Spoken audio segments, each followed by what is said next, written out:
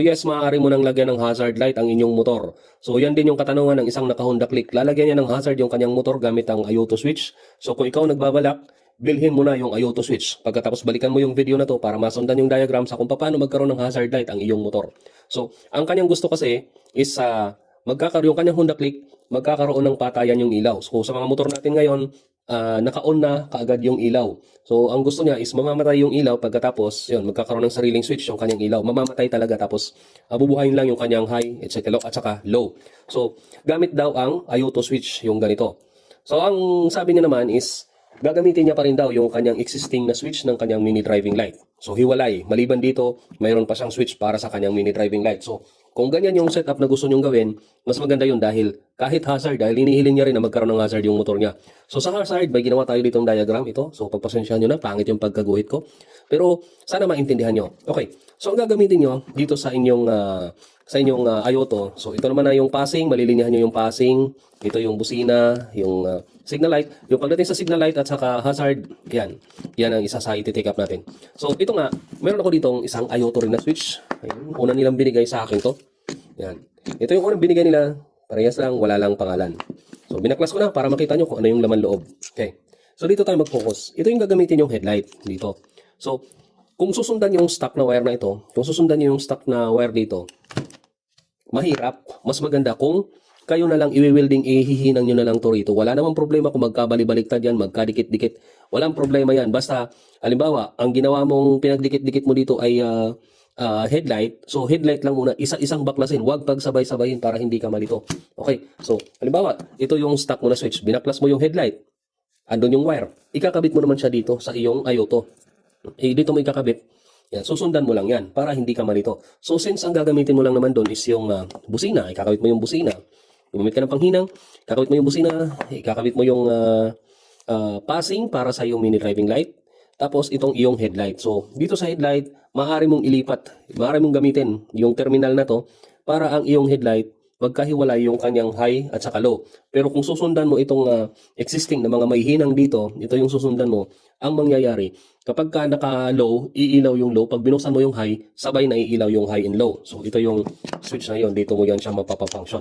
Pagdating naman dito sa hazard, okay? Sa hazard, ito yung terminal niya sa hazard. So kung mapapansin nyo, mayroon ditong left, right, at saka right, left, right, at saka itong positive. So ang mangyayari, itong positive na to, at saka positive dito, ito yung gagamitin mo kasi as switch ng iyong hazard. So ito yon, ito yung mangyayari. Ito yung magiging switch mo ng hazard. So ayan, ganyan. Ito yung magiging switch mo ng hazard. Once na naka-on yan, mag-hazard siya. So tapos i-off mo. So ikaw, depende sa iyo kung ano yung gagamitin mo. Kung itong taas ba yung on or itong taas yung on. Bahala ka kung anong decision mo. So ito yung gagawin natin. Ito yung diagram na susundan nyo. Pero check out mo na yan para habang pinapanood, pinag-aaralan mo ito, parating na yung Ayuto switch mo. So ito ngayon sinasabi ko sa inyo. Ito yung sa diagram ng signal light. So meron tayong left, meron tayong right. Pag pinindot mo ng right, pag nilagay mo sa right, iilaw yung right na signal light. Pag nilagay mo sa left, iilaw yung left na signal light. So para mapa-enable yung hazard, gagamit tayo dito ng diode, itong dalawa. Okay? Gagamit tayo ng diode. Tapos, ito na yung switch na gagamitin mo. Dito mo na sa ikokonekta. Dito sa switch na ito. Dito mo sa ikokonect. Para kapag pipindutin mo ng ganyan, didikit siya ng ganito. Ito yung positive niya, didikit ng ganito. Okay? Pag lumikit ng ganyan, mag-i-enable yung kanyang hazard. So, ang purpose naman ng diode na ito, para mapafunction mo pa rin yung left and right kapag ka naka-off ang hazard. Kasi ang mangyayari, kung wala itong diode na to, inirekta mo lang siya, kahit ano ang pindutin mo dito, mag-left ka o mag-right ka, gagana at gagana pa rin yung hazard na ilaw mo. So, kaya kailangan mo ng diode. So, sa diode naman, meron tayo dyan sa link. Mabibili mo rin yan. Mabibili mo rin yung Ayuto dyan sa link. So, mas maganda, ang sinasabi ko, mas maganda kung gumamit ka ng panghinang para mas maayos. Tapos yung gamitin mo, yung stock na wire na lang. Ito yung idikit mo dito.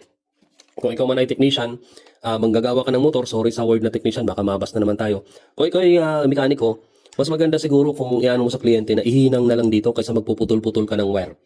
Ihinang mo dito na lang, mas maganda. So, ganun lang yung gagawin mo para ma-enable mo yung hazard. Okay? So, ganyan. Ang purpose ng ng diode na to is para maprotektahan. Kasi kung kaya siya nakaganyan, para ang flow ng kuryente is puro pa ganito lang. Okay? Puro pa ganyan lang. Pag may kuryente na mag-flow papunta rito, hindi siya gagana dahil mabla-block ni diode, hindi siya gagana. Kaya, kung naka-off ang switch mo rito, naka-ganito siya rito sa off, hindi siya nandito. Pag naka-ganito yung switch, mapapagana mo ang iyong signal light ng left or right.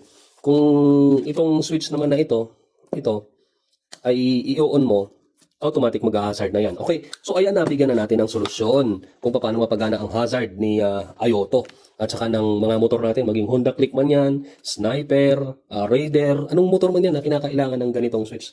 Ang kagandahan kasi, isa kasing kinagandahan ko dito, pwede ka na makipagsilawaan. Ito na lang, dito ka na lang pipindot. So, ano pa hinihintay mo? Bilhin mo na to dyan sa link. Maaari kang magtanong. Wag lang mathematics kapag ka nabili mo to. Okay?